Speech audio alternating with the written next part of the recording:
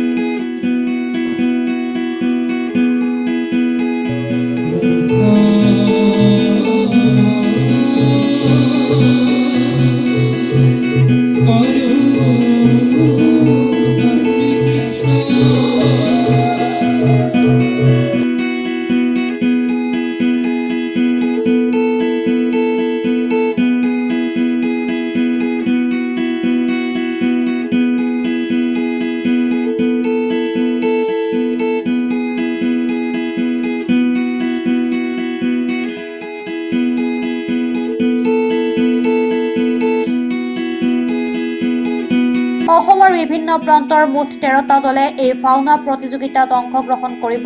4টা দলক পুৰস্কৃত কৰাৰ লগতে মুঠ 31টা পুৰস্কাৰৰ ব্যৱস্থা কৰিছে আয়োজক সমিতিয়ে। অসমৰ সমূহ ৰাইজক ভাওনা উপভোগ কৰিবৰ বাবে নিমন্ত্ৰণ জনাইছে আদৰণি সমিতিয়ে। মহাপুৰুষ শ্ৰীমন্ত শংকৰদেৱৰ অনবদ্য অৱদান ভাওনা প্ৰতিযোগিতাৰ জৰিয়তে উপভোগ কৰিবলৈ সুবিধা কৰি দিয়াৰ বাবে ত্ৰিলোচন সাংস্কৃতিক মঞ্চ গৌৰীসাগৰক সকলোৱে ধন্যবাদ জ্ঞাপন কৰিছে।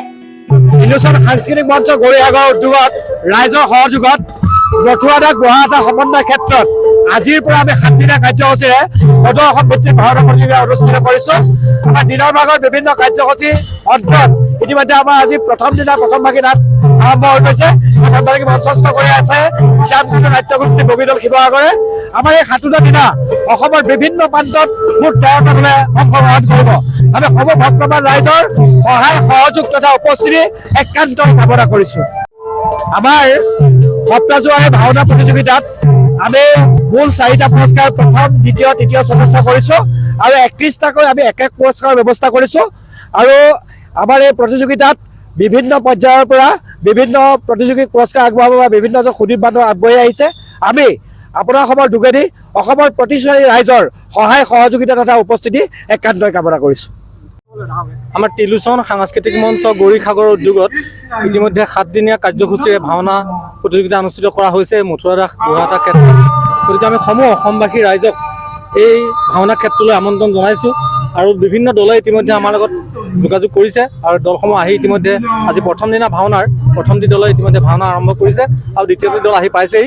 গতিকে আমি সমূহ অসমবাসী ৰাইজক আপোনালোকৰ জৰিয়তে আমাৰ ভাওনা প্ৰতিযোগিতাত দৰ্শক হিচাপে উপস্থিত থাকি আমাক সহায় সহযোগিতা আগবঢ়াবলৈ অনুৰোধ জনাইছোঁ।